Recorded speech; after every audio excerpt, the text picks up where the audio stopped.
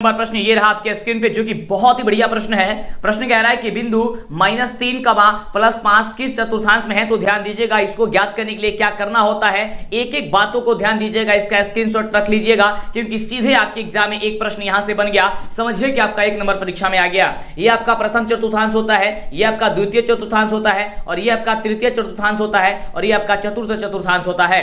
आपको बताना चाहेंगे कि प्रथम चतुर्थांश में दोनों संख्याएं प्लस में होती है, द्वितीय चतुर्थांश में पहला संख्या माइनस और दूसरा संख्या प्लस में होती है, तृतीय चतुर्थांश में दोनों संख्याएं माइनस में होती है, और चतुर्थ चतुर्थांश में पहला संख्या प्लस और दूसरी संख्या माइनस होती है। तो यहाँ पे क्वेश्चन क्या दिया गया है, -3, यानी कि पहली संख्या माइनस में है और दूसरी संख्या प्लस में है। इसके कहने का मतलब हो गया कि वह द्वितीय चतुर्थांश में हो जाएगा, यानी कि ऑप्शन आपका बी नंबर इसका बिल्कुल ही करेक्ट उत्तर हो जाएगा। एकदम आपको धमाल मचाना है। अब आपके अंदर खून नहीं जुनून दौड़ना चाहिए मेरे प्यारे साथियों। यहाँ पे जो भी चीज बताया जा रहा है आपको एक एक बातों को ध्यान देना है। चलिए अगला प्रश्न आपके स्क्रीन पे स्क्रीनशॉट लेते जाइएगा, दिक्कत होगा जहां पे, और जो भी नीचे आपको दिक्कत होता है कमेंट कर दीजिएगा नीचे, ठीक है। कमेंट बॉक्स आपके लिए ओपन है। अगला क्वेश्चन है कि निम्नलिखित में कौन परिमेय संख्या है। यहाँ पे एक एक बातों को समझाया जाएगा जिससे कि आप परीक्षा में एकदम धमाल मचा दें। कौन सा संख्या परिमेय है। परिमेय कहने का मतलब हो गया कि जिसे हम लोग p/q के रूप में लिख सके, यानी कि जिसे हम लोग रूट से आसानी से बाहर कर सके, यानी कि वो संख्या रूट में नहीं होनी चाहिए और q बराबर नहीं होनी चाहिए 0, यानी कि हर का मान जो है वह 0 नहीं आनी चाहिए।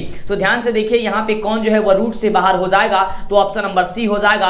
क्योंकि आप ध्यान देंगे यहाँ पे अच्छे तरीके से, तो जब आप यहाँ पे ध्यान दीजिएगा तो ऑप्शन में क्या दिया गया था कि 2√3 दिया गया है, तो √3 से √3 कट जाएगा, केवल बचेगा आपका 2, यानी कि 2 आपका क्या हो जाएगा, परिमेय संख्या हो जाएगा बाबू, यानी कि ऑप्शन अब आपका सी नंबर जो होगा बिल्कुल ही करेक्ट उत्तर हो जाएगा। चलिए बात करते हैं अगले प्रश्न की। अगला प्रश्न ये रहा आपके स्क्रीन पे, जो कि बहुत ही मजेदार प्रश्न है। प्रश्न कह रहा है कि एक द्विघात समीकरण का घात क्या होता है। एक द्विघात समीकरण का घात क्या होता है, तो आप सभी को पता है कि 2 होता है, क्योंकि ax² + bx + c के रूप में द्विघात समीकरण होता है जिसका घात 2 होता है। घात कौन कौन सा होता है, एक अल्फा होता है, एक बीटा होता है, यानी कि ऑप्शन नंबर आपका ए जो दिया गया है आपका बिल्कुल ही राइट जवाब हो जाएगा। द्विघात समीकरण के घात कितने होते हैं, 2 होते हैं। कौन कौन होते हैं, एक अल्फा होता है, एक बीटा होता है। चलिए अगला प्रश्न आपके स्क्रीन पे ये रहा, और प्रश्न बहुत ही बढ़िया प्रश्न है। फटाफट से वीडियो को लाइक और चैनल को सब्सक्राइब कर दीजिए। समझ में आ रहा है तो आपके परीक्षा में अब कुछ ही पल बाकी है, ऐसे में आपको एकदम धमाल मचाना है परीक्षा में जाकर के।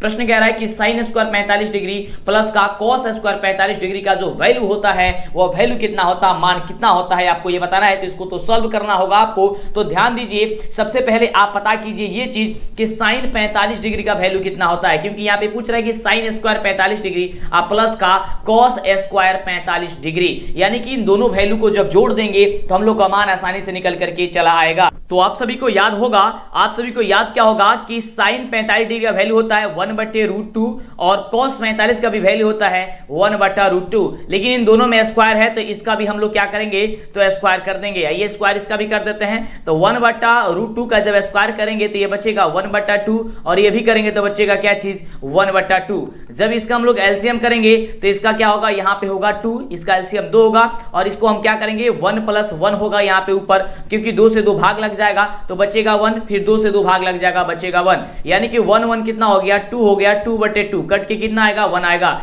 तो 1 देखिए कहां पे है, ऑप्शन नंबर बी में है। ऑप्शन नंबर बी क्या होगा, आपका बिल्कुल ही करेक्ट उत्तर हो जाएगा। इसी प्रकार से आपके परीक्षा में एकदम धमाल मचाना है। चलिए अगला प्रश्न देखिए। अगला प्रश्न क्या है आपके स्क्रीन पे, ये देखिए, ये तो बहुत ही शानदार प्रश्न है बाबू कि परियक्ता का अधिकतम मान कितना होता है। वाह, बढ़िया प्रश्न आपके स्क्रीन पे आ चुका है। देखते हैं, सबसे पहले आप जवाब दीजिए, फटाफट से कमेंट कर दीजिए। बिल्कुल आप सभी जानते हैं कि परियक्ता का अधिकतम जो वैल्यू होता है वह 1 होता है, यानी कि 0 से लेकर के 1 के बीच में होता है, ये आप सभी जानते हैं। तो अधिकतम मान कितना हो जाएगा, 1 हो जाएगा। चलिए अगले प्रश्न की बात करते हैं। तो अगला प्रश्न आपके स्क्रीन पे ये रहा। ये तो देखिए, ये प्रश्न तो हमेशा इंपोर्टेंट ही रहता है, कहीं ना कहीं तो दे ही दिया जाता है, तो हमने भी सोचा क्यों नहीं बाबू आप लोगों को बता दें। तो कह रहा है कि पाई है। पाई क्या है, पाई आपका एक अपरिमेय संख्या है। क्या है, पाई एक अपरिमेय संख्या है, यानी कि ऑप्शन आपका जो सी नंबर दिया गया है, ये सी नंबर आपका बिल्कुल ही बिल्कुल करेक्ट उत्तर हो जाएगा। अगला प्रश्न आपके स्क्रीन पे, इंग्लिश मीडियम वाले बच्चे यहाँ पे स्क्रीन पे देख सकते हैं, इंग्लिश में भी क्वेश्चन दिया गया है। क्वेश्चन कह रहा है कि बहुपद x² + 2x + 1 का एक शून्यक कौन होगा। यहाँ से शून्यक आपको ज्ञात करनी है, तो फटाफट से इसका शून्यक आप ज्ञात कर सकते हैं। जैसे यहाँ पे दिया गया है x² + 2x प्लस 1 बराबर हम लोग यहाँ पे 0 कर लेंगे। उसके बाद से एक्स स्क्वायर प्लस यहाँ पे देखिए 1 और एक्स स्क्वायर पहला पद में गुणा किया जाता है तीसरे पद से, और जो वैल्यू होता है उसको इस प्रकार से तोड़ा जाता है ताकि वह बीच वाले वैल्यू के बराबर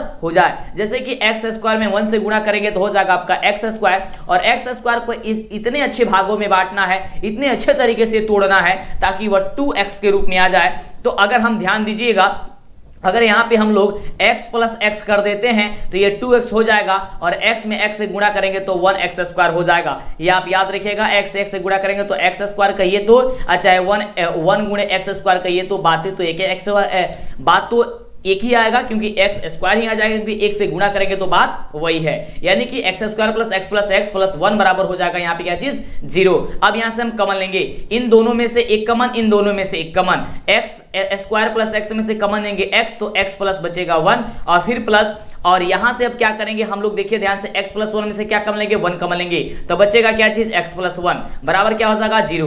अब देखिए ध्यान से ये वाला पद 1 हो गया, यानी कि x प्लस 1 1 हो गया, और फिर ये x प्लस 1 1 हो गया, यानी कि दोनों ये आपका बराबर हो गया।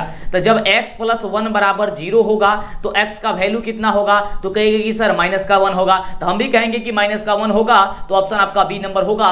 तो आपका फटाफट से टिक आपको कर देना है और आपका राइट जवाब ये निकल करके चला आएगा। एकदम फटाफट से जल्दी से चैनल को सब्सक्राइब कीजिए और हमारा ऐप इंस्टॉल कर लीजिए, डीएलएस एजुकेशन ऑफिशियल, लिंक भी आपको डिस्क्रिप्शन में दिया गया होगा, आप फटाफट से करेंगे या फिर प्ले स्टोर पे सर्च करेंगे डीएलएस एजुकेशन। अगला क्वेश्चन आपके स्क्रीन पे है कि एक वृत्त पर कितनी स्पर्श रेखाएं खींची जा सकती है। ये तो बहुत ही बढ़िया प्रश्न है कि एक वृत्त पर कितनी स्पर्श रेखाएं खींची जा सकती है। तो सपोज मान लीजिए ये आपका वृत्त हो गया और इस पे आप स्पर्श रेखा खींचिए, तो इस पे स्पर्श रेखा जब आप खींचेंगे, ये अच्छे से खींचिएगा, ये थोड़ा सा खींच रहे इधर उधर है, मतलब इसमें मतलब वो अंदर चला जाना, अंदर नहीं जाना चाहिए। स्पर्श का मतलब है कि छू के जाए, तो जब छू के जाएगा तो अनगिनत हो जाएगा ना, जहां से मन करे वहां से आप खींच लीजिएगा बिल्कुल। तो ये क्या हो जाएगा आपका अनगिनत हो जाएगा, यानी कि ऑप्शन आपका जो सी नंबर होगा, ये सी नंबर आपका बिल्कुल ही करेक्ट उत्तर हो जाएगा। अगला प्रश्न देख सकते हैं, अगला प्रश्न आपके स्क्रीन पे है जो कि बहुत बढ़िया प्रश्न है, और प्रश्न कह रहा है कि आंकड़ा 24, 15, 22, 13, 9, 10 तथा 30 का परिसर क्या होगा। यहां पे आंकड़ा दिया गया है और इसका परिसर बताना है। परिसर का मतलब क्या होता है कि अधिकतम मान माइनस न्यूनतम मान। तो सबसे ज्यादा देखिए यहां पे सबसे ज्यादा वैल्यू क्या है, तो कहेंगे कि सर सबसे ज्यादा वैल्यू तो 30 है, और सबसे कम वैल्यू कौन है, तो सबसे कम वैल्यू ध्यान दीजिएगा तो यहाँ पे 9 है। अब 30 में से 9 घटाइएगा सर, कहिएगा कितना आएगा, तो कहिएगा कि सर 21 आएगा। हम भी कहेंगे बिल्कुल 21 आएगा, यानी कि इसका भी आंसर आपका बी नंबर जो होगा वो बिल्कुल ही करेक्ट उत्तर हो जाएगा, और आपको इस तरीके से परीक्षा में मचाना है धमाल। अगला देखिए क्वेश्चन, अगला प्रश्न देखिए बहुत ही शानदार प्रश्न है। प्रश्न कह रहा है कि साइन 90 माइनस थीटा बराबर किसका होता है, मतलब साइन 90 माइनस थीटा किसके बराबर होता है। तो देखिए साइन 90 माइनस थीटा आप सभी को याद होगा कि कॉस थीटा होता है। साइन 90 माइनस थीटा किसके बराबर होता है, तो cos थीटा के बराबर होता है। cos थीटा कहां पे दिया गया है, ऑप्शन नंबर सी में दिया गया है, तो बिल्कुल आपका ऑप्शन नंबर सी इसका बिल्कुल ही करेक्ट उत्तर हो जाएगा। Very good. अगला क्वेश्चन आपके स्क्रीन पे ये रहा, कह रहा है क्वेश्चन की किसी घटना ई के लिए p into e plus p into naught e बराबर क्या होता है, आपको ये बताना है। आपको तो ये सारी क्वेश्चन का पता होगा ही, क्योंकि बहुत ही आसान ये क्वेश्चन है। इसका राइट जवाब क्या होता है, 1 होता है। क्या होता है, प्रयेकता और प्रयेकता नहीं होने की प्रयेकता दोनों क्या होती है, जब इसको प्लस करते हैं तो हमारा वैल्यू 1 आता है, यानी कि ऑप्शन क्या हो जाएगा, बी नंबर बिल्कुल ही करेक्ट उत्तर हो जाएगा। चलिए अगला प्रश्न आपके स्क्रीन पे, हमारा ऐप जरूर इंस्टॉल कीजिएगा और गूगल पे जाकर के डीएलएस एजुकेशन ऑफिशियल सर्च कीजिएगा, आपको ऑफिशियल वेबसाइट मिलेगा, वहीं से अपना तैयारी एकदम जबरदस्त कीजिए और गर्दा मचाइए परीक्षा में। कोई भी डाउट होगा नीचे कमेंट में पूछते रहिएगा।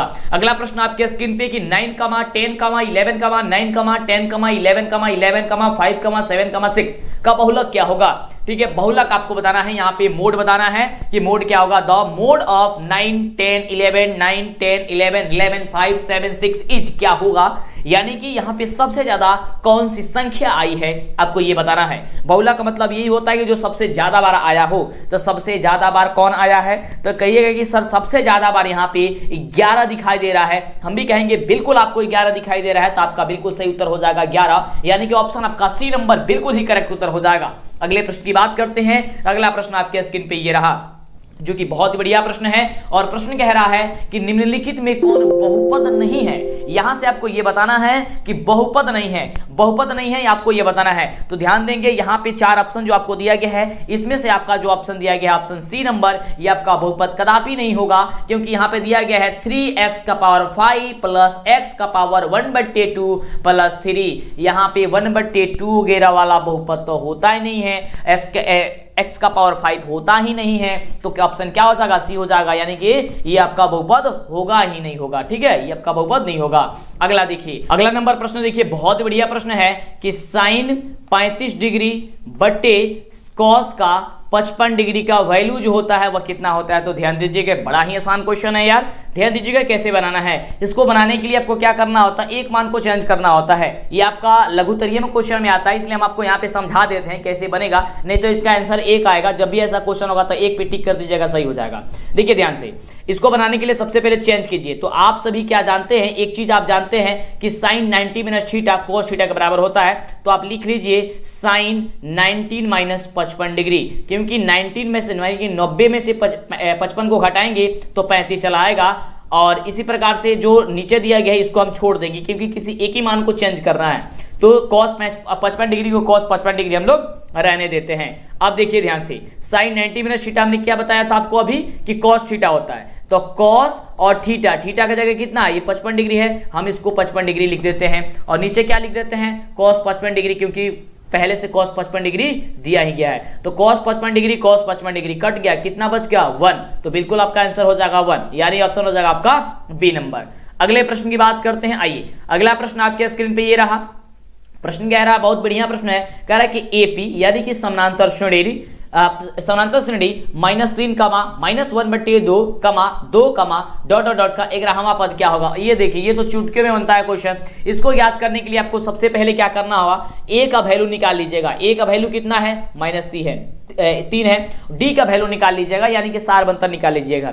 सार बंतर निकालने के लिए दूसरा पद में से पहला पद को घटा लीजिएगा। तो दूसरा पद क्या है, -1/2, तो -1/2 में से घटाइए -3 को, में से घटाना है कितना, -3 को। अब देखिए ध्यान से, -1/2 माइनस हो जाएगा +/3, प्लस हो जाएगा 3, और नीचे कुछ नहीं है तो लगा देंगे 1। इसका हम कर देंगे एलसीएम, ये होगा आपका 2, ये बचेगा आपका माइनस का 1, क्योंकि 2 से 2 भाग लग जाएगा, बच जाएगा कितना, -1। यहाँ पे जोड़ कर रहे हैं, ज्यादा माथा पीछे नहीं कर रहे हैं। ठीक है, 1 में जब भाग देंगे तो बचेगा 2, और 2 में 3 से गुणा कर देंगे, कितना हो जाएगा 6, ये हो गया 6। यानी कि अब यहाँ -1 हो गया, ये प्लस का 6 हो गया, कितना बचेगा 5/2, यानी कि 5/2 जो होगा वह डी का वैल्यू निकल गया। जब 5/2 डी का वैल्यू निकल गया तो 11वां पद बताना है। तो एक बात मेरा याद करके रखिएगा, जब भी 11वां पद पूछेगा तो आपको एक घटा देना है। क्या घटाना है, कैसे घटाना है, ध्यान दीजिएगा। यहां पे लिख लीजिएगा a + 11 में से घटेगा 1, कितना बचेगा 10, और गुणा कर दीजिएगा डी से, बस हो गया। अगर 12वां पद पूछेगा तो लिखिएगा a + 11d। अगर आपसे 30वां पद पूछेगा तो लिखिएगा a + 29d। आपको एक पद घटा करके डी का वैल्यू से गुणा कर देना है, आपका आंसर निकल के चलाएगा। ए का वैल्यू, ए का मान कितना आया है, कितना दिया है, -3 लिख लेंगे, -3 प्लस, यहाँ पे प्लस कर लिए 10 गुने डी, डी का वैल्यू कितना है, तो 5/2 है, हमने 5/2 यहाँ पे लिख लिया। चलिए अब क्या करेंगे, इसे हम लोग सॉल्व आसानी तरीके से कर देंगे। सॉल्व करेंगे तो -3, इसको 10 बचे हो जाएगा कितना 50, 50 बटे हो गया कितना 2। ओके, चलिए अब क्या करेंगे, इसका फिर एलसीएम करेंगे। जब एलसीएम करेंगे तो यहाँ पे बचेगा, नीचे बचेगा 2, ध्यान दीजिएगा। 2 में 1 से भाग देंगे तो बचेगा 2, 2 3, 3 दूनी 6, कितना हो गया, माइनस का हो गया 6, और ये आपका हो गया प्लस का 50 का 50, क्योंकि 2 से भाग देंगे तो 2 का 2 कट जाएगा, बचेगा 1, 1 में गुणा करेंगे 50 से तो आ जाएगा 50। यहाँ पे हम भिन्न का जोड़ घटाव बना रहे हैं, बाकी माथा पे चीज नहीं कर रहे हैं। अब देखिए ये माइनस का 6 है, ये प्लस का 50 है, तो -6 है, -6 आपका घट जाएगा 50 में से, तो बचेगा कितना 44 बचेगा, यानी कि 44/2 हो गया। अब इसे कटेगा तो कितना होगा, तो कहेंगे सर 44/2 कटाएंगे तो हो जाएगा 22, 22 दूनी होता है 44, तो आपका आंसर हो जाएगा 22, यानी कि ऑप्शन हो जाएगा ऑप्शन नंबर ए। क्या हो जाएगा, ऑप्शन नंबर ए। समझ में आ रहा है ना, बिल्कुल यार आसानी तरीके से आपको समझ में आएगा, कोई भी दिक्कत नहीं होगा।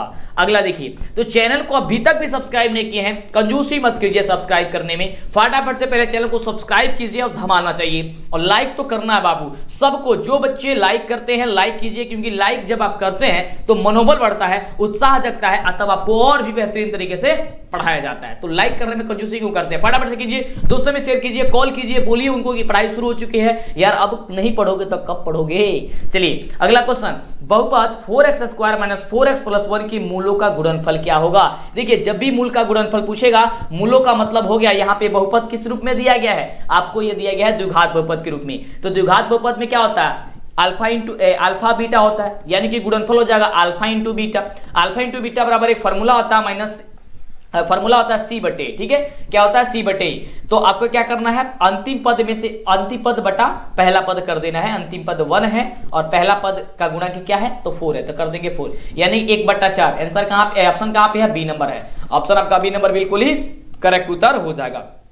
चलिए अगला प्रश्न आपके स्क्रीन पे, प्रश्न कह रहा है एपी का पहला पद ए है, सारवंतर डी है, तो एनवा पद ज्ञात कर दीजिए। वाह क्या क्वेश्चन यार पूछे हो, तो इसका बिल्कुल ही राइट जवाब ये तो आपका क्या पूछ दिया है, ये आपका एसएन पूछ दिया है। एसएन का आपने लगा दीजिए फॉर्मूला, एसएन बराबर क्या होता है बाबू, n/2 × 2a + n - 1 × d होता है। तो हमने भी इसको लिख दिया।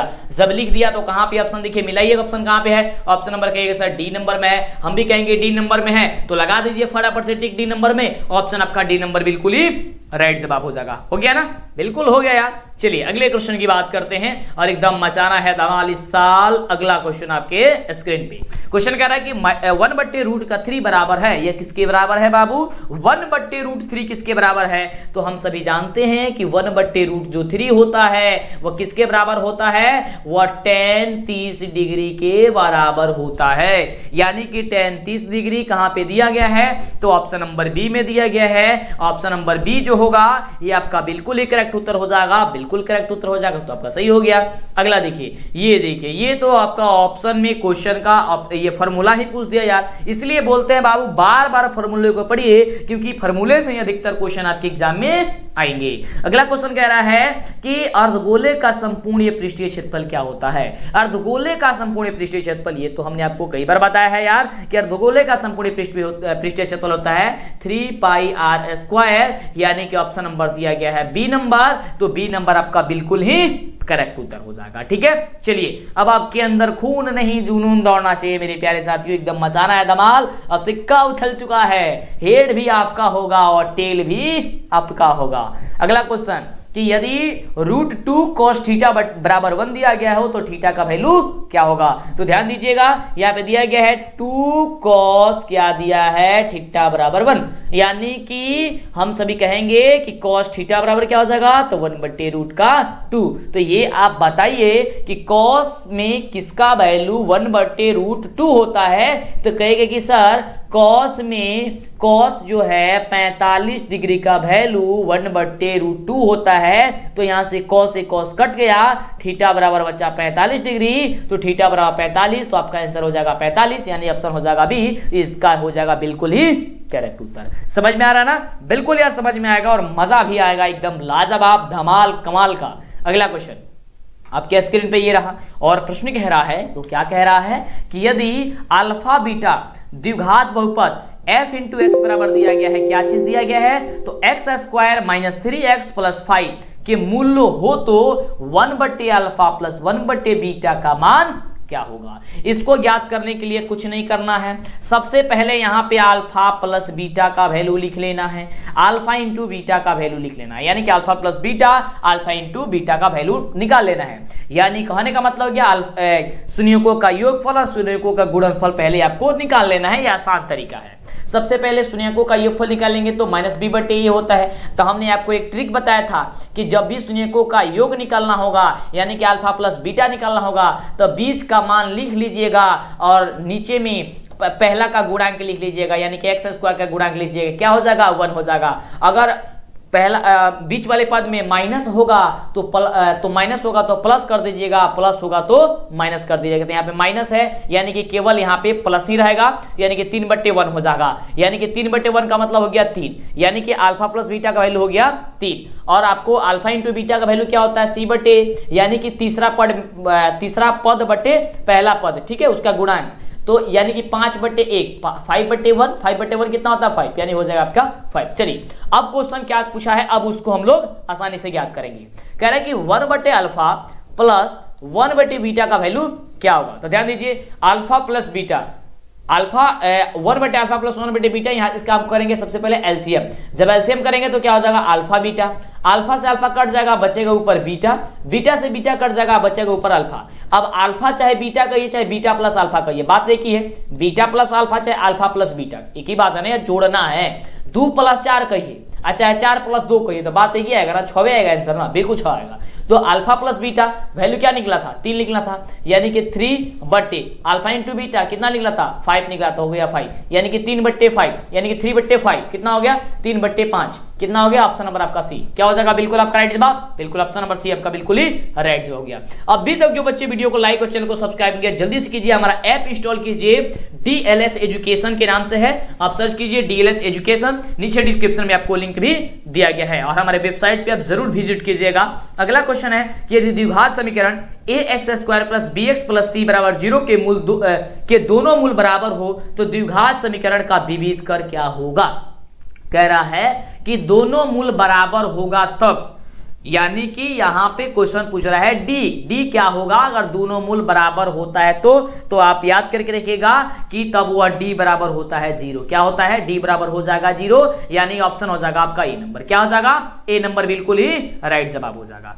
अगला देखिए, अगला प्रश्न कह रहा है कि कार्तीय तल में स्थित किसी बिंदु 3, -4 के कोटि का मान क्या होगा। अब एक ध्यान दीजिएगा, जब भी आपसे भुज या कोटि पूछेगा तो पहला मान को कहते हैं भुज, दूसरे मान को कहते हैं कोटि। यहां पे पूछा क्या है कोटि, आंसर क्या हो जाएगा -4। कहां पे ऑप्शन है ऑप्शन नंबर ए, क्या हो जाएगा ऑप्शन नंबर ए आपका बिल्कुल ही करेक्ट उत्तर। समझ में आ रहा है ना, बिल्कुल यार समझ में कहीं नहीं आएगा। अगला क्वेश्चन ये देखिए, ये कह रहा है क्वेश्चन, यदि किसी घनाभ की लंबाई L, चौड़ाई B, ऊंचाई H हो तो घनाभ का आयतन क्या होता है। ये देखो, ये तो आपका फॉर्मूला ही पूछ दिया यार, बड़ा घुमा घुमा के पूछता है कभी कभी, तो हो जाएगा LBH, ठीक है LBH। कर्सिव में लिखा गया क्या जी, हमको कर्सिव वर्सिव लिखने नहीं आता है, ठीक है, कुछ किसी बच्चे को आता होगा हमें सिखाएगा जरूर, है ना। चलिए तो क्या हो जाएगा ऑप्शन नंबर हो जाएगा बी नंबर।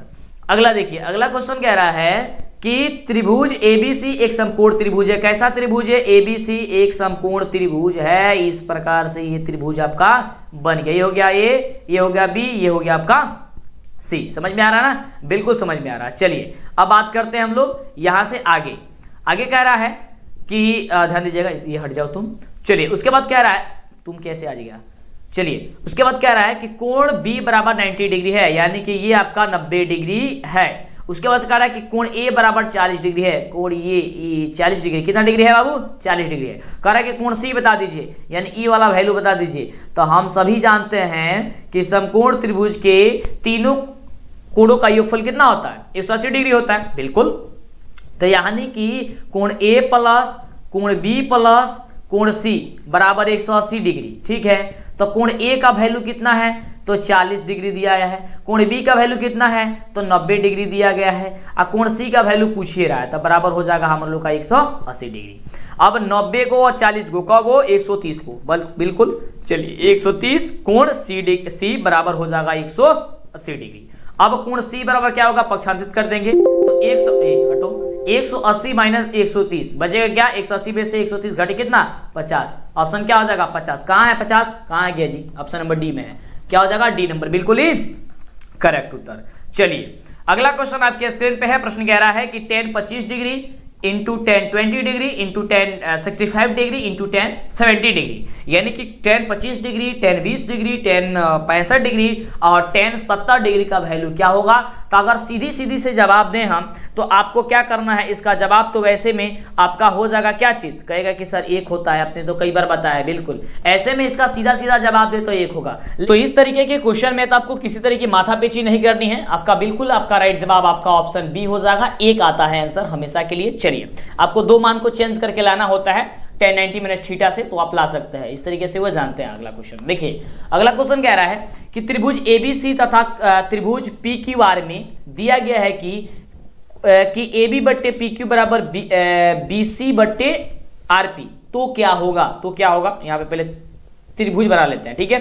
कह रहा है यहाँ पे त्रिभुज दोगे दिया गया है, यहाँ पे ये सबकोण त्रिभुज क्यों बन रहा है हो जी, यहाँ पे कोई त्रिभुज दिया गया है तो आप यही त्रिभुज बनो। चलिए एक त्रिभुज हो गया ABC, दूसरा त्रिभुज हो गया आपका यहाँ पे क्या चीज हो गया, PQ और R। कह रहा है कि AB बट्टे PQ है, AB यानी कि इसके बट्टे PQ है, यानी कि AB बट्टे है क्या चीज, कहाँ गया जी, PQ। चलिए उसके बाद से कह रहा है कि BC यानी कि इसके बट्टे कितना है, PR है। अच्छा ये है, इसके बदले है P और R है, BC बट्टे PR है जी, BC बट्टे कितना है, P और R है, ठीक है। हमने यहाँ पे इसको भी लिख लिया।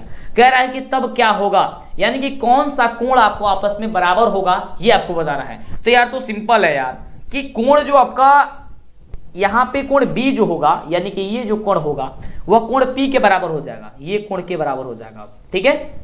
किसके कोण के बराबर हो जाएगा, कोण B जो होगा अब इस कोण के बराबर हो जाएगा। ऑप्शन क्या हो जाएगा, डी नंबर आपका बिल्कुल ही राइट जवाब हो जाएगा, ठीक है। क्या हो जाएगा, डी नंबर बिल्कुल ही राइट जवाब हो जाएगा। अगला देखिए, अगला क्वेश्चन बड़ा ही सिंपल क्वेश्चन है और यह क्वेश्चन हमेशा आपके एग्जाम में रहता है। अब जब आप क्वेश्चन एग्जाम देने जाइएगा ना, तो अगर सेट आपका ए नंबर मिलेगा, सेट मिलता है सेट ABC करके, तो अगर सेट आपका ए रहेगा ना, तो पहला या दूसरा तीसरा क्वेश्चन तो यही रहेगा कि निम्नलिखित में से कौन अभाज्य संख्या है।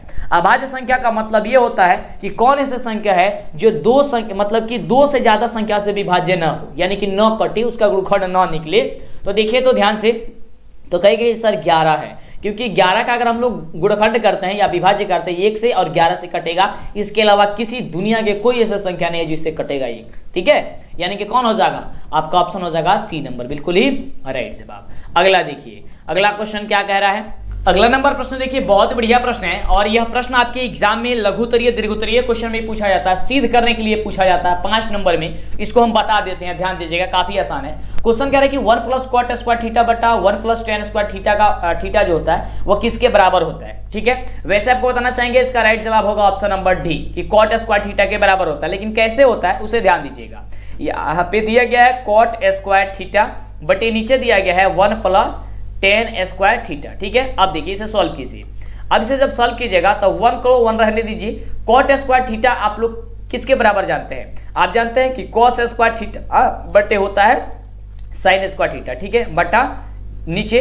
अब 1 को 1 प्लस तो प्लस, tan स्क्वायर थीटा किसके बराबर जानते हैं, तो कहते हैं सर sin स्क्वायर थीटा अब प्लस होता है cos स्क्वायर का थीटा बटे नीचे कुछ नहीं तो 1 लगा देते हैं, यहाँ पे भी 1 बना देते हैं, ठीक है। अब इसको भिन्न का जोड़ करेंगे दोनों का, ये ऊपर वाले का भी नीचे वाले का भी, तो इसका करेंगे एलसीएम हो जाएगा क्या चीज, तो sin स्क्वायर हो जाएगा थीटा। ध्यान से समझिएगा, sin स्क्वायर थीटा।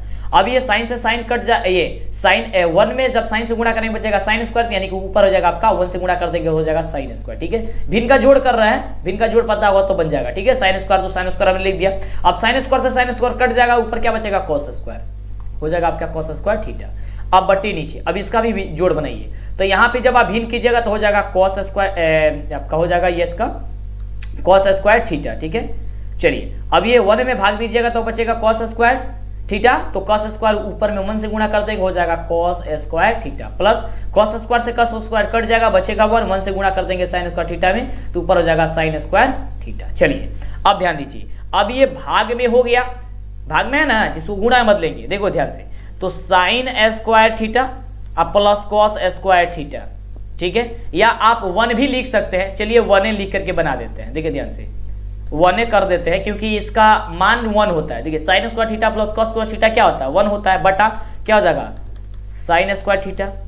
अब ये भाग में था गुणा में बदलेगा, अब ये नीचे वाला ऊपर चला जाएगा तो गुणे हो जाएगा cos स्क्वायर थीटा बटे cos स्क्वायर थीटा और sin स्क्वायर थीटा, फिर 1 होता है, हो गया नीचे ऊपर। अब देखिए 1 में cos स्क्वायर थीटा से गुणा कीजिएगा तो क्या होगा, हो जाएगा cos स्क्वायर थीटा अब बटा साइन स्क्वायर थीटा से 1 में गुणा कीजिएगा, क्या हो जाएगा साइन स्क्वायर हो जाएगा कितना थीटा। अब देखिए cos स्क्वायर थीटा बटे साइन स्क्वायर थीटा किसके बराबर होता है cot स्क्वायर थीटा के। तो यानी कि cot स्क्वायर थीटा कहां पे दिया गया, ऑप्शन नंबर डी में दिया गया। तो ऑप्शन नंबर डी क्या हो जाएगा, बिल्कुल ही राइट जवाब हो जाएगा। और ये आपका दीर्घ उत्तरीय में पूछा जाता है तो याद कर लीजिएगा और आपको धमाल मचा देना है परीक्षा में। चलिए अगला देखिए क्वेश्चन है, ये तो क्वेश्चन मतलब काफी इंपोर्टेंट है, इस साल आने की सबसे ज्यादा संभावना है इस क्वेश्चन की। तो देख लीजिए क्या क्वेश्चन कह रहा है। क्वेश्चन कह रहा है क्योंकि कई साल हो गया पूछे हुए इसको, कह रहा है कि यदि एक वृत्त का परिमाप और क्षेत्रफल संख्यात्मक रूप से बराबर है तो उस वृत्त की त्रिज्या क्या होगी। ठीक है ध्यान दीजिए, कह रहे हैं कि वृत्त की परिमाप क्या होती है, तो कहिएगा सर 2πr होती है। कह रहे हैं कि क्षेत्रफल इसका कितना होता है, तो πr स्क्वायर होती है। कह रहे हैं कि दोनों क्या है, संख्यात्मक रूप से बराबर है, यानी कि ये बराबर हो गया। तो यहाँ ध्यान दीजिएगा, पाई से पाई कट गया और एक आर से ये आर कट गया, आर बराबर बचा क्या 2, यानी कि आर बराबर 2 बच गया। यानी कि वृत्त की त्रिज्या ही पूछ रही थी, आर से आर को हम लोग त्रिज्या कहते हैं। ठीक है, तो त्रिज्या क्या आ गई 2 आ गई, यानी कि 2 मात्रा का आपका आंसर जो होगा निकल करके चला आएगा। कहां पे ऑप्शन दिया गया है, आपका ऑप्शन नंबर बी में दिया गया है। तो बी नंबर आपका जो जवाब होगा वह बिल्कुल ही राइट जवाब हो जाएगा। समझ में आ रहा है ना, बिल्कुल समझ में आ रहा होगा। चलिए अगला प्रश्न देखिए, अगला प्रश्न कह रहा है कि देखिए ध्यान से, अगला प्रश्न कह रहा है बहुत बढ़िया प्रश्न है, अरे पेन को सिलेक्ट करने दीजिए। चलिए अगला क्वेश्चन कह रहा है कि बिंदु 2,3 की दूरी मूल बिंदु से क्या होगी। देखिए जब भी मूल बिंदु से दूरी ज्ञात करना होगा तो पहले तो आप लोग लाइक कर दीजिए, अभी तक लाइक करनी है, कंजूसी मत करिए, लाइक कीजिए। और चैनल पे बाबू पहली बार सब्सक्राइब कर दीजिएगा जिससे कि आपको आगे से वीडियो मिले। हमारा ऐप इंस्टॉल कर लीजिएगा, डीएलएस एजुकेशन ऑफिशियल के नाम से है, और डीएलएस एजुकेशन एक 2 ऐप है, लेकिन डीएलएस एजुकेशन ऑफिशियल सर्च कीजिएगा। ठीक है, नीचे डिस्क्रिप्शन में आपको लिंक भी दिया गया है। चलिए इसको जब भी मूल बिंदु से दूरी आपको ज्ञात करना तो क्या कीजिएगा, रूट लगा दीजिएगा, दोनों स्क्वायरों का दोनों संख्या का स्क्वायर करके जोड़ दीजिएगा। यानी कि 2 का स्क्वायर होगा 4, 3 का स्क्वायर हो जाएगा 9, 9 4 कितना हो गया 13, रूट का 13। बाहर होना है तो बाहर कर दीजिए, नहीं होगा तो छोड़ दीजिए। तो बाहर नहीं होगा रूट 13, तो रूट 13 जब बाहर नहीं होगा तो यानी कि ऑप्शन क्या हो जाएगा, सी नंबर आपका बिल्कुल ही राइट जवाब हो जाएगा। समझ में आ रहा है ना, बिल्कुल समझ में आएगा, काहे नहीं समझ में आएगा। चलिए अगला नंबर प्रश्न कह रहा है जो कि बहुत ही बढ़िया प्रश्न है कि दो संख्याओं का एचसीएफ अगर 15 दिया गया हो और एलसीएम 9 दिया गया तो संख्या का गुणनफल बताइए। तो हम सभी एक रूल जानते हैं, क्या चीज के एचसीएफ गुणे एलसीएम, एचसीएफ गुणे एलसीएम बराबर होता है ए गुणे बी, यानी कि दोनों संख्याओं का गुणनफल। तो एचसीएफ में अगर एलसीएम से गुणा कर देंगे, एचसीएफ में एलसीएम से गुणा करेंगे तो दोनों संख्या का गुणनफल आ जाएगा। तो यानी कि 15 गुणे, क्योंकि एचसीएफ 15 दिया गया है, 90 दिया गया है एलसीएम, इसको गुणा कर दिए तो 15 9 135, 135 और 0 यानी कि 1350 क्या हो जाएगा, ऑप्शन नंबर सी। क्या हो जाएगा, ऑप्शन नंबर सी आपका बिल्कुल ही करेक्ट उत्तर हो जाएगा। अगला देखिए, अगला प्रश्न कह रहा है कि यदि 2 थीटा बराबर दिया गया हो 60 डिग्री तो साइन थीटा का वैल्यू बताइए। तो थीटा बराबर हो जाएगा 60/2 यानी कि 30 डिग्री। तो साइन 30 का वैल्यू कितना होता है, साइन 30 का वैल्यू 1/2 होता है। बिल्कुल, तो 1/2 कहां पे दिया गया है, ऑप्शन नंबर आपका बी में दिया गया है। तो ऑप्शन नंबर आपका बी जो होगा बिल्कुल ही राइट जवाब हो जाएगा। यार फटाफट से लाइक और चैनल को सब्सक्राइब कीजिए, इतनी मजेदार तरीके से आपको बताया जा रहा है, समझ में आ रहा होगा तो चलिए फटाफट से कीजिए तो लाइक चैनल को सब्सक्राइब। चलिए ये चित्र देखिए, चित्र के माध्यम से बताना है। चित्र में कहा क्या रहा है कि आकृति पीए तथा पीबी दो स्पर्श रेखाएं, क्या है, ये आपका पीए है और पीबी है, दो स्पर्श रेखाएं हैं जिसमें पीए का वैल्यू 8 है, यानी कि ये 8 दिया है। तो कोण एपीबी कितना है 60 है, ये कितना है 60 है। तो कह रहा है कि आप हमें बता दीजिए कि पीबी की स्पर्श रेखा क्या होगी, यानी कि पीबी यानी कि इसका स्पर्श रेखा आपका जो वैल्यू होगा, ये स्पर्श रेखा आपको बताना है कि इसका वैल्यू क्या होगा। तो यार ध्यान से जब आप देखिएगा तो जब आपका ये स्पर्श रेखा जो है इसकी दूरी 8 सेंटीमीटर है, ठीक है, तो ये नीचे वाले के स्पर्श दूरी और 60 डिग्री के कोण पे ये झुका हुआ है, तो फिर इसकी भी दूरी तो वही होनी चाहिए ना, यानी कि 8 सेंटीमीटर होगा। ऑप्शन नंबर हो जाएगा ए नंबर। क्या हो जाएगा, ए नंबर आपका बिल्कुल ही राइट जवाब। ठीक है, चलिए अगला प्रश्न देखिए। अगला प्रश्न जब आप देखेंगे तो प्रश्न कहेंगे कि दो रैखिक समीकरणों के आलेख प्रतिच्छेदी रेखाएं हैं, तब रैखिक समीकरणों का हल क्या होगा। दो रैखिक समीकरण के हल कैसे है, प्रतिच्छेदी रेखा है, तब फिर क्या होगा समीकरण का हल। तो ध्यान दीजिएगा, तब समीकरण का हल होता है एक हल। कितना हल होता है, एक हल, यानी ऑप्शन हो जाएगा डी नंबर, यानी कि जहां पे काटेगा वहां पे हल निकल के चला आएगा, ऑप्शन हो जाएगा डी। अगला देखिए, अगला प्रश्न कह रहा है कि दो समान कोणिक त्रिभुजों में उसके संगत भुजाओं का अनुपात सदैव समान रहता है, यह किसने कहा था, बताइए। तो दो समान कोणिक त्रिभुज में उनकी संगत भुजाओं का अनुपात सदैव समान रहता है, यह किसने बात कही थी, यह बात कहा था थेल्स ने। कौन कहा था, थेल्स ने कहा था, यानी कि ऑप्शन नंबर आपका जो सी नंबर दिया गया है, ये सी नंबर आपका बिल्कुल ही राइट जवाब हो जाएगा। मजा आ रहा है ना? बिल्कुल मजा आएगा, आपके अंदर खून नहीं जुनून दौड़ना चाहिए मेरे प्यारे साथियों, एकदम मजा ना आपकी बार धमाल। अगला क्वेश्चन कि चक्रीय चतुर्भुज के समूह कोणों का योगफल कितना होता है? जो चक्रीय चतुर्भुज होता है उसके समूह कोणों का योगफल कितना होता है? तो समूह यानी कि आमने सामने के आपका योगफल कितना होता है? 180 डिग्री होता है। कितना होता है? 180 डिग्री होता है, यानी कि ऑप्शन नंबर डी होगा आपका, क्या हो जाएगा? बिल्कुल ही करेक्ट उत्तर हो जाएगा। अगला देखिए, objective subjective model paper download करने के लिए और ऑनलाइन टेस्ट देने के लिए आपको प्ले स्टोर में लिखना है DLS एजुकेशन। जैसे ही आप लिखेगा आपके सामने DLS एजुकेशन का ऑफिशियल ऐप निकल के आ जाएगा। यहाँ पे इस पे आपके दबा करके इसे आप इंस्टॉल कर लेना है। हमारे मोबाइल फोन में इंस्टॉल है इसलिए ओपन दिखा रहा है। आपको यहाँ पे सारी चीजें मिल जाएगी, तो जल्दी से आप इसे इंस्टॉल कीजिए, ओपन कीजिएगा तो इस तरीके से ओपन होगी और यहाँ पे आपको पूरी चीजें यहाँ पे मिल जाएगी। और यहाँ पे आपको न्यूज भी मिल जाएगा जो बिहार बोर्ड के द्वारा जारी किया जाता है, ऑफिशियल न्यूज और फटाफट से। यहाँ आपको एक और ऐप मिलेगा, इस ऐप का नाम है DLS एजुकेशन। यहाँ पे हमारे द्वारा जो लिखा हुआ किताब है, यहाँ पे उस किताब का PDF आपको मिल जाएगा। अगर आपको किताब मार्केट में नहीं मिल पा रहा है तो आप उस PDF को डाउनलोड कर लीजिए फटाफट से। अगला नंबर प्रश्न देखिए, बहुत बढ़िया प्रश्न है, प्रश्न ध्यान से समझिएगा क्योंकि आपका यह क्वेश्चन आपके सब्जेक्टिव में भी पूछा जाएगा कि दो गोले का आयतन कितना दिया गया है? 125:27 दिया गया है, तो इनके पृष्ठीय क्षेत्रफल का अनुपात क्या होगा? तो ध्यान दीजिएगा, यहाँ पे दिया क्या गया है? यहाँ पर दिया गया है अनुपात, ये आपका अनुपात दिया गया है किसका? आयतन का, गोले का आयतन का। तो गोले का आयतन क्या होता है? 4/3 पाई r क्यूब, और नीचे हो जाएगा फिर 4/3 पाई r क्यूब। ठीक है, ये r1 हो जाएगा, ये r2 हो जाएगा। ठीक है, बराबर दिया कितना है? 125 बटे दिया गया है 27। ठीक है, अब देखिए 4/3 से 4/3 कट गया, पाई से पाई भी कट गया। ठीक है, चलिए यहाँ पे कट गया। उसके बाद देखिए यहाँ पे कह रहा है कि r1 क्यूब बटे r2 का क्यूब, यानी कि अब इसका भी हम लोग क्यूब करेंगे, यानी कि r1 का क्यूब बटे यहाँ पे r2 का, एक r1 एक r2 मान लिए हैं। ठीक है, अब दिया गया है यहाँ पे, तो यहाँ पे अगर हम 5 का क्यूब रखते हैं और यहाँ पे 3 का क्यूब रखते हैं, ठीक है, क्यूब रखते हैं, तो ये हम लोग का 5 में 3 बार गुणा करेंगे तो 125 हो जाएगा, और 3 में 3 बार गुणा करेंगे तो कितना हो जाएगा? हम लोग का आपका हो जाएगा कितना? ये आपका 27 हो जाएगा।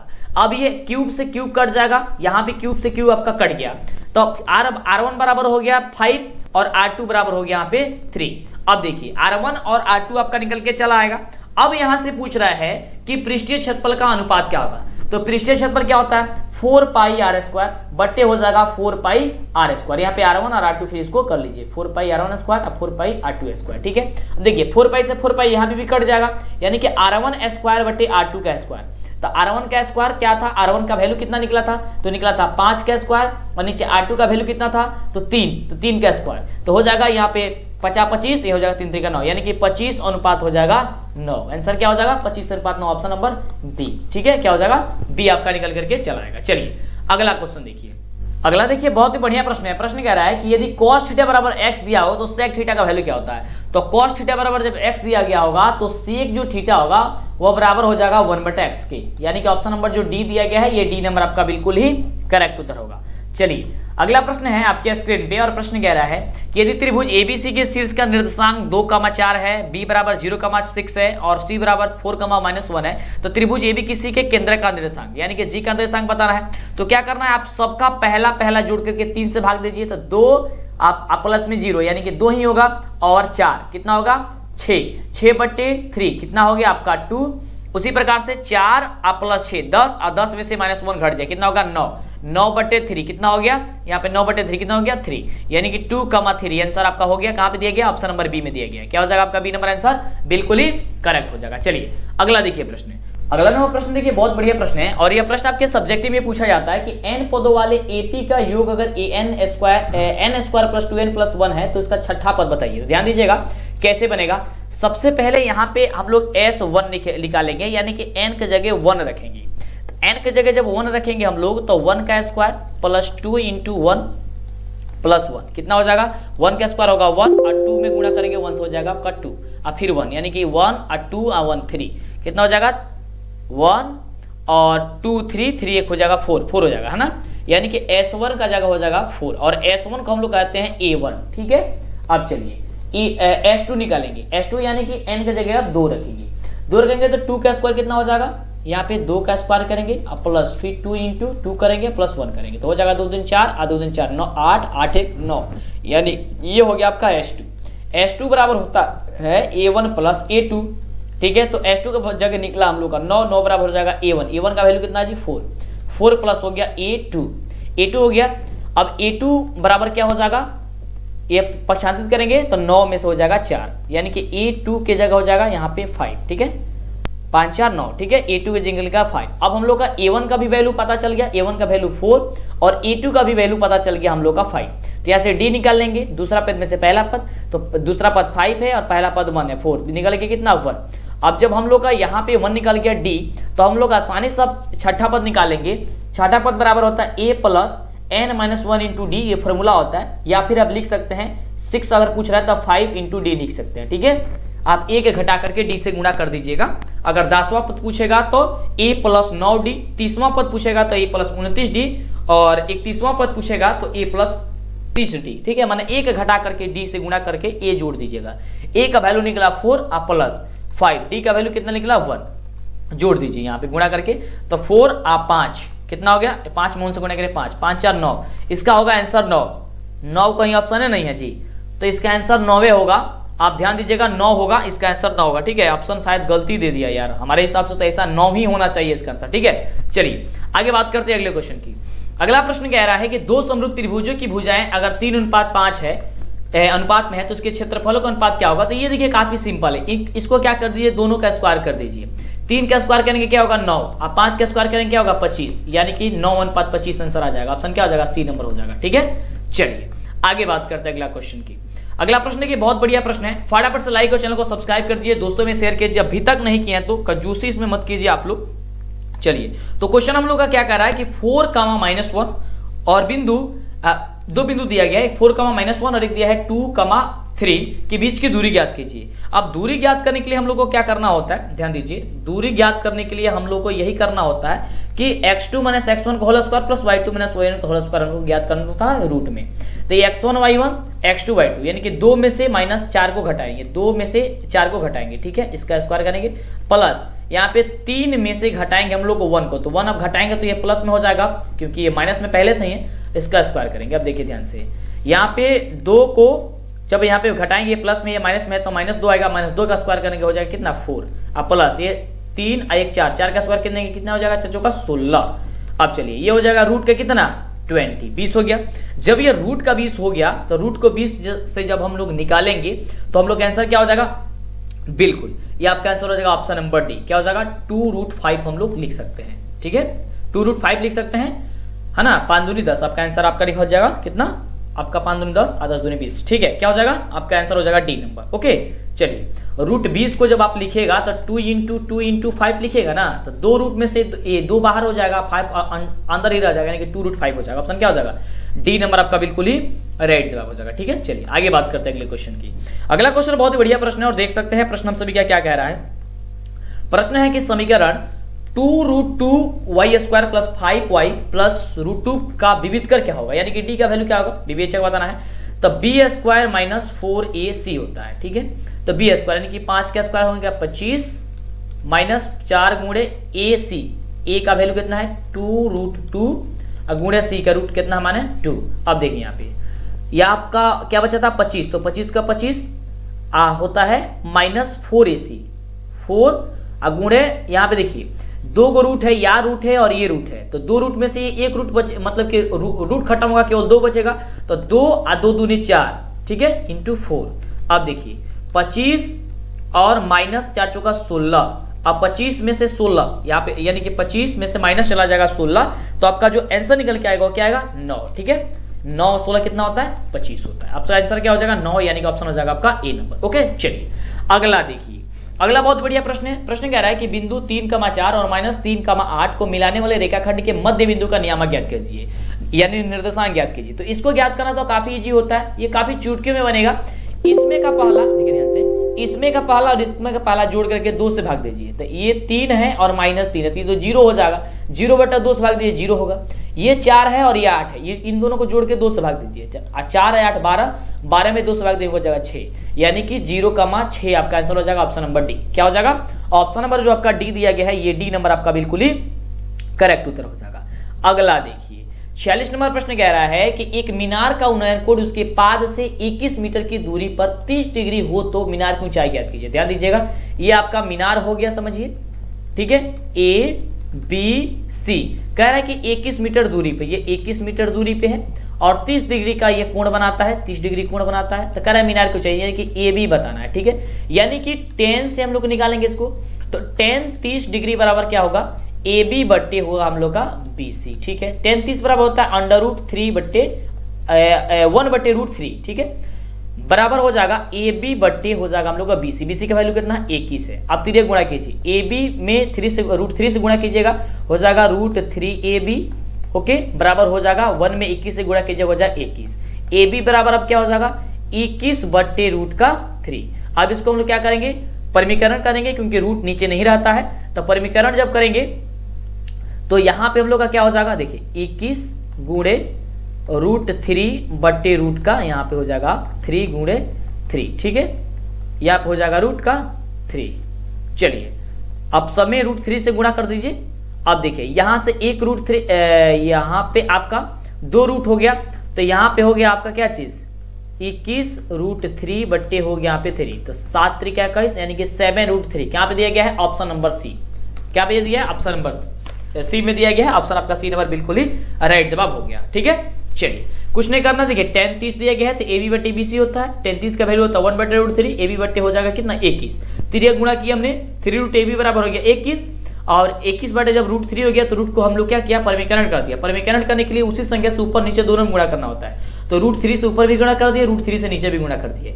ऊपर गुणा किए तो आया 21√3 और नीचे गुणा किए √3 तो बच गया 3, तो 3 से कटाएंगे तो हो जाएगा 7 7 3 21 और 7 रूट हो जाएगा 3। ऑप्शन क्या नंबर क्या हो गया, सी नंबर आपका बिल्कुल ही राइट जवाब हो गया। अगला देखिए, अगला क्वेश्चन क्या कह रहा है, तो फटाफट से अभी तक चैनल को लाइक, ये चैनल को सब्सक्राइब लाइक नहीं किया जल्दी से कर दीजिए। अगला प्रश्न कि दो भिन्न त्रिज्याओं वाले वृत्त हमेशा होते हैं, क्या होते हैं, ये तो सभी कोई बाबू जानते हैं कि समरूप होते हैं, यानी ऑप्शन नंबर जो बी होगा, ये तो बी नंबर आपका बिल्कुल ही राइट हो जाएगा। अगला देखिए, अगला प्रश्न कह रहा है कि कोसेक थीटा बराबर अगर 5/3 है तो कॉट थीटा क्या होगा। ये तो आप लोग बनाइए फटाफट से, आप लोग ये पता कीजिए पहले। देखिए कॉट थीटा बराबर क्या होता है, आपको हिंट कर देते हैं। कॉट थीटा बराबर आपका होता है आधार बटा का लंब होता है। क्या होता है, आधार बटा का लंब होता है। जब आधार बटा का यह लंब होता है तो आप लोग आधार बटा लंब कर दीजिए, आपका आंसर निकल के चला आएगा। आंसर आपको बता देते हैं डी होगा, ठीक है, 4/3 निकलेगा, ठीक है, बिल्कुल। चलिए आगे बात करते हैं। अगला क्वेश्चन देखिए, यहाँ पे कुछ नहीं है, यहाँ पे कर्ण दिया गया है, ठीक है, कर्ण में से आप लोग निकाल लीजिए। यहाँ पे क्या निकलेगा, आधार निकालिएगा। यहाँ पे कर्ण बटा लंब दिया गया है, देखिए निकाल देते हैं। देखिए कर्ण बटा लंब दिया गया है, कहिएगा कि नहीं निकाले। देखिए कर्ण बटा लंब दिया गया है, कर्ण आपका 5 है, लंब आपका 3 है, ठीक है, 3 है। तो यहाँ पे आप आधार निकालिए, तो 5 का स्क्वायर हो जाएगा 25 और -3 का स्क्वायर हो जाएगा 9, 16 हो जाएगा। ये 16 का वर्ग हो जाएगा 4, वर्गमूल 4 निकल के आ गया, तो 4 ये आधार ने क्या चाल, तो आधार बटे होता है क्या चीज, ये लंब होता है। लंब आपका दिया गया कितना 3, तो 4/3 क्या हो गया, ऑप्शन नंबर डी हो गया, ठीक है। चलिए अगला क्वेश्चन, अगला प्रश्न ये आपके स्क्रीन में करेंगे, दो समरूप त्रिभुज एबीसी और डीईएफ है। इस प्रकार है कि 2ab बराबर डीई और बीसी बराबर 8 है, तो ईएफ का वैल्यू ज्ञात कीजिए। ये देखिए बहुत बढ़िया क्वेश्चन है। कह रहे कि दो आपका समरूप त्रिभुज है, एक त्रिभुज आपका ये बन गया, एक त्रिभुज आपका ये बन गया, ए बी और सी, ठीक है। ये त्रिभुज डी ई और एफ है, ठीक है, ये एफ है। कह रहा है कि 2ab यानी कि ये 2ab बराबर है DE, ये DE है, ठीक है, और BC बराबर कितना है, BC बराबर 8 है, ये BC बराबर कितना है 8 सेंटीमीटर दिया गया है। तो EF का वैल्यू यानी कि इसका वैल्यू आपको बता देना है। तो सिंपल सा बस आप याद करके रखिए कि इसका वैल्यू ये क्या हो जाएगा, अब 16 हो जाएगा, यानी कि 8 दूनी भी करेंगे 16, यहां से निकल जाएगा आपका 16। अगला देखिए, अगला क्वेश्चन हो गया आपके स्क्रीन पे ये, अब रहने देते हैं 85 क्वेश्चन, क्योंकि थक चुके हम भी यार। कह रहे कि नहीं, क्योंकि एक एक क्वेश्चन को सॉल्व करके आपको बताया है। क्वेश्चन कह रहा है, इसलिए वीडियो को लाइक और चैनल को सब्सक्राइब कर दीजिए। अगला क्वेश्चन कह रहा है कि देखिए यही सभी क्वेश्चन आपके सीधे एग्जाम में पूछे जाते हैं बाबू, मिस मत कीजिएगा, सारा क्वेश्चन याद कर लीजिएगा। क्वेश्चन कह रहा है कि निम्नलिखित में कौन सही है, और यदि त्रिज्या r और वृत्त के क्षेत्रफल त्रिज्याखंड का क्षेत्रफल कोण p डिग्री हो तो अब क्या होता है। तो ये तो आपका फॉर्मूला होता है कि थीटा बट्टे 360 गुणे पाई आर स्क्वायर, ये वाला फॉर्मूला याद किए होंगे, लेकिन थीटा की जगह यहाँ पे पी दे दिया है, ठीक है, पी डिग्री दे दिया है, तो पी बट्टे 360 गुणे पाई आर स्क्वायर होनी चाहिए। लेकिन यहाँ पे कहीं भी ऑप्शन आपको दिखाई नहीं दे रहा होगा, लेकिन एक जगह दिखाई जरूर दे रहा होगा, ऑप्शन नंबर बी में 2 पाई आर स्क्वायर, तो 2 से कटाएंगे तो हो जाएगा 360। अब तो आ गया ना, पी बटे 360 इंटू पाई आर स्क्वायर। यही चीज कंफ्यूज करता है, ठीक है, क्या करता है, यही चीज कंफ्यूज करता है। अब यहाँ पे जो पी बटे 360 होनी चाहिए, पाई आर स्क्वायर होनी चाहिए, ठीक है, यहाँ पे 2 दे दिया है, तो 2 से कटाएंगे हम 720 को, तो 360 तो ही जाएगा बिल्कुल। तो ऑप्शन क्या हो जाएगा आपका, बी नंबर हो जाएगा। तो इस तरीके से आपने देखा पूरा 50 लाजवाब क्वेश्चन। जल्दी से हमारा ऐप इंस्टॉल कर लीजिए, नीचे डिस्क्रिप्शन में लिंक है, या फिर प्ले स्टोर पे जाइए, लिखिए DLS एजुकेशन, वेबसाइट पे जाइए, तैयारी कीजिए लाजवाब धमाल तरीके से। आप एकदम, आपको 17 फरवरी की एग्जाम है, तो गर्दा मत चाहिए। फिर मिलते हैं आपसे नेक्स्ट वीडियो इसी तरह कमाल वीडियो के साथ। नेक्स्ट वीडियो में लाइव क्लास लेना ना भूले, शाम को 6 बजे।